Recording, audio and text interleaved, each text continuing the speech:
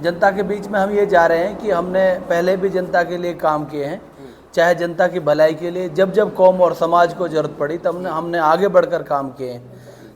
चाहे यहाँ पर 2023 में पिछले साल जो दुखद दंगे हुए मेवात में नहीं होने चाहिए थे, यहाँ के लोगों को पीटा गया, उनके ऊपर सैकड़ों FIR की गई, सैकड़ों बच्चों को जेलों में डाला गया, उनको थानों में पीटा गया, और यहाँ तक कि आपके मकानों को गिराने का बीजेपी सरकार ने काम किया, तो उस पर हाई कोर्ट ने सुमोटो एक्शन लेते हुए यहाँ के मकानों को टूटने से बचाया, और उसमें हमने और हमारे साथी वकीलों ने भूमिका निभाई और आपके मकानों को टूटने से बचाने के लिए काम किया।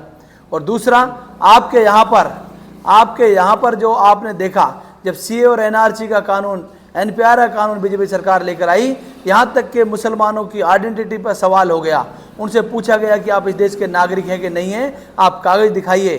तो उसके दौरान पूरे मेवात जिले में जब धरना चला बड़कली पर, तो पूरे मेवात जिले में धारा 144 लगा दी गई।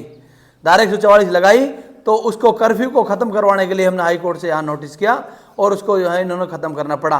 और आपके यहाँ पर जब किसान आंदोलन चला तो हमने और हमारे साथियों ने सुनेडा बॉर्डर पर आंदोलन चलाया, और यहाँ पर आपके जब देखा, जब ड्राइवर भाइयों पर मुसीबत आई, उनके ऊपर एक नया कानून बीजेपी सरकार लेकर आई कि 10 साल की सजा और 7 लाख का जुर्माना देना पड़ेगा। उसके लिए ड्राइवर भाइयों के लिए हमने कंधे से कंधा मिलाकर मजबूती से आवाज़ उठाई, और उसको बीजेपी को झुकना पड़ा और अपने कानून को वापस लेना पड़ा। आप पुन्हाड़ा में परमानेंट कोर्ट आप देख रहे हैं, पहले यहाँ के पुन्हाड़ा के लोगों को फिरोजपुर जिला 70 किलोमीटर अपने मुकदमे लड़ने के लिए जाना पड़ता था, हाई कोर्ट से ऑर्डर कराकर पुन्हाड़ा में हमने परमानेंट कोर्ट बिठाने का काम किया। और आपको अगर हमने लोगों को कहा है, अगर निकट भविष्य में अल्लाह ताला हमें मौका देता है, पार्टी हम पर भरोसा जताती है और यहाँ की जनता हमें विधायक बनाकर भेजती है, तो हर घर के नौजवान को नौकरी देना मेरा लक्ष्य होगा। अगर सरकारी नौकरी 3rd ग्रेड 4th ग्रेड में सरकार लेकर आएगी उसमें भी, और प्राइवेट नौकरियाँ यहाँ के उद्योग लेकर आएंगे, इंडस्ट्री और कंपनियां और फैक्ट्रियां लेकर आएंगे, उसमें प्राइवेट नौकरी देने का काम करेंगे। यहाँ के स्कूल और कॉलेज बनाने का काम करेंगे, स्कूलों में टीचर्स की कमी को पूरा किया जाएगा। आपके होटल की रोड की हालत देख रहे हो, यहाँ के रोडों की हालत को ठीक किया जाएगा, यहाँ पर बड़े और चौड़े रोड बनाए जाएंगे। आपके अस्पताल जो आप देख रहे हैं, सिंगार जो रोड पर जो अस्पताल बना है सरकारी, उसमें कोई इलाज नहीं होता है, वो जच्चा बच्चा केंद्र बन के रह गया है, ना वहाँ पर डॉक्टर्स हैं, ना वहाँ पर दवाइयाँ हैं, और उस अस्पताल को ठीक करेंगे और पुन्हाड़ा में बड़ा अस्पताल बनाने का काम करेंगे। यहाँ पर खेल स्टेडियम बनाएंगे, यहाँ के बच्चे जो है देश और दुनिया में मेडल लेकर आए और मेवात का नाम रोशन करें। और अगर जरूरत पड़ी तो हमारे एक आधे क्षेत्र में रहा तो जो अपना खूनी रोड है उसको बनाने का काम करेंगे, मेवात में नहीं बल्कि पुन्हाड़ा के अंदर बड़ा कॉलेज और संभव हुआ तो यूनिवर्सिटी बनाने का काम करेंगे। यहाँ की नहरी पानी की समस्या को दूर करेंगे ताकि किसान भाइयों को फायदा हो सके, यहाँ पीने की पानी की समस्या को दूर करेंगे। ऐसे हमारे बहुत सारे मुद्दे हैं जिसको लेकर हम जनता के बीच में जा रहे हैं, और जनता का बड़ा जबरदस्त समर्थन और प्यार मिल रहा है। और आने वाला वक्त देखेंगे कि हरियाणा के अंदर कांग्रेस पार्टी की सरकार बनने जा रही है, और पुन्हाड़ा बल्कि मेवात की सभी सीटों से कांग्रेस पार्टी जीतने का काम करेगी। वहीं पर टिकट की बात करें, कांग्रेस के टिकट की, तो आप अपने आप को कहाँ देखते हैं? मैं पिछले 15 साल से कांग्रेस पार्टी में हूँ। मैं अलीगढ़ मुस्लिम यूनिवर्सिटी से पढ़ा, वहाँ पे मैं NSUI से जो कांग्रेस की स्टूडेंट विंग है उससे जुड़ा, वहाँ पे मैं स्टूडेंट काउंसिल का प्रेसिडेंट रहा, सीनियर हॉल रहा, और मैं वहाँ पर गेम स्पोर्ट्स सेक्रेटरी रहा पूरी यूनिवर्सिटी का। तो फिर मैं यूथ कांग्रेस से जुड़ा, मेन स्ट्रीम कांग्रेस में जुड़ा, तो मैं कांग्रेस पार्टी का, मैंने मुझे कई सारे पदों से नवाजा। मैं कांग्रेस पार्टी का भी प्रवक्ता हूँ।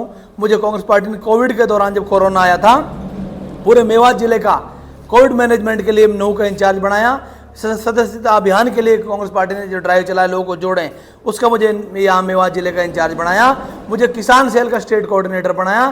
तो मैं पिछले 15 साल से कांग्रेस पार्टी में हूँ, सेवा कर रहा हूँ। पिछली बार हमने टिकट मांगा था, नहीं मिला, इस बार फिर हमने टिकट मांगा है। 15 साल से मैं पार्टी में हूँ। तो मुझे ऐसा लगता है जैसे हमने आपको भी काम गिनवाए, समाज और कौम की भलाई के लिए, लोगों की भलाई के लिए, छत्तीस बिरादरी की भलाई के लिए, इतने सारे जो हमने काम किए हैं, इससे लोगों में हम चर्चित हैं, हम पॉपुलर हैं, फेमस हैं। और पार्टी को भी ये लगता है कि जो आदमी काम कर रहा है, ऐसे आदमी को हम मौका देंगे।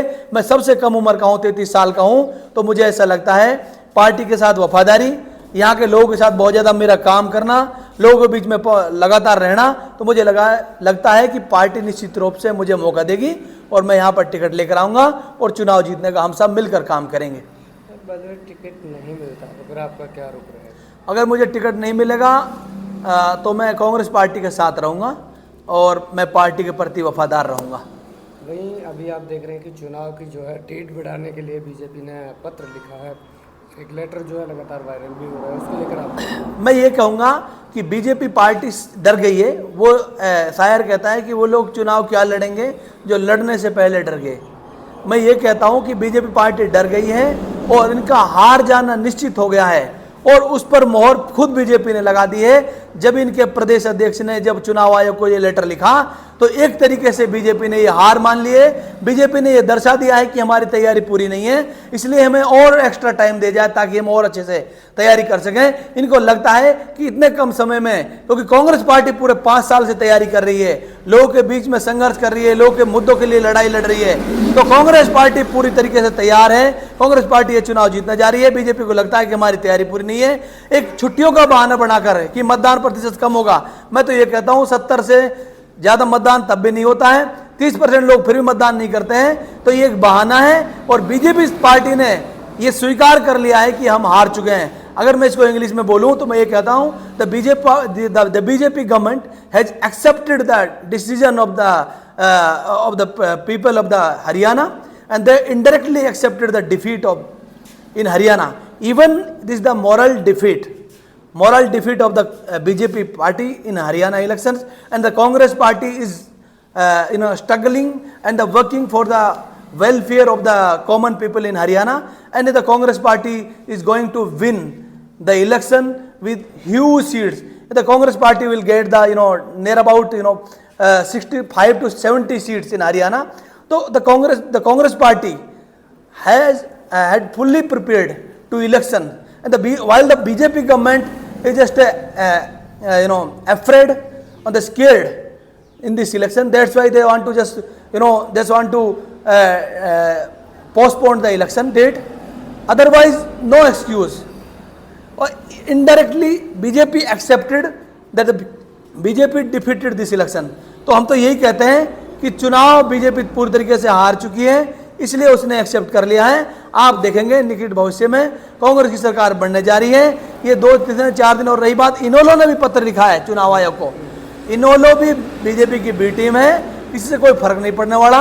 निश्चित तौर पर कांग्रेस पार्टी यहाँ पर चुनाव जीतने जा रही है और लगभग 65 से 70 सीटों के साथ कांग्रेस पार्टी यहाँ सरकार बनाने जा रही है, क्योंकि ये जनता की जीत होगी और जनता के मुद्दों के लिए जो सरकार जो कांग्रेस यहाँ पर काम कर रही है वो उसकी जीत होगी।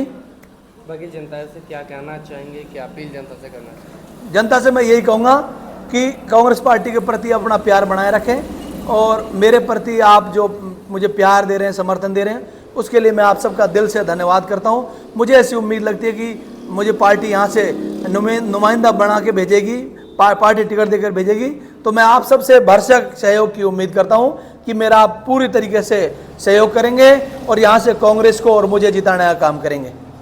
बहुत धन्यवाद। फारूक जी जो आज हमारे साथ जुड़े, उन्होंने बताया कि इलाके को लेकर किस तरह की समस्याएं यहाँ पर हैं, हमने क्या कुछ यहाँ पर करवाया है और जनता ने कितना सहयोग और कितना सपोर्ट हमको किया है, वो सारी बातें उसी को लेकर, चाहे बीजेपी के पत्र हों, चाहे इनेलो की बात हो, वहीं चाहे इलाके की बात हो या टिकट की बात हो, वो सारी बातें उन्होंने अपने 1 by 1 इस इंटरव्यू में बताई, इस बातचीत जो कि चुनावी एक चर्चा थी।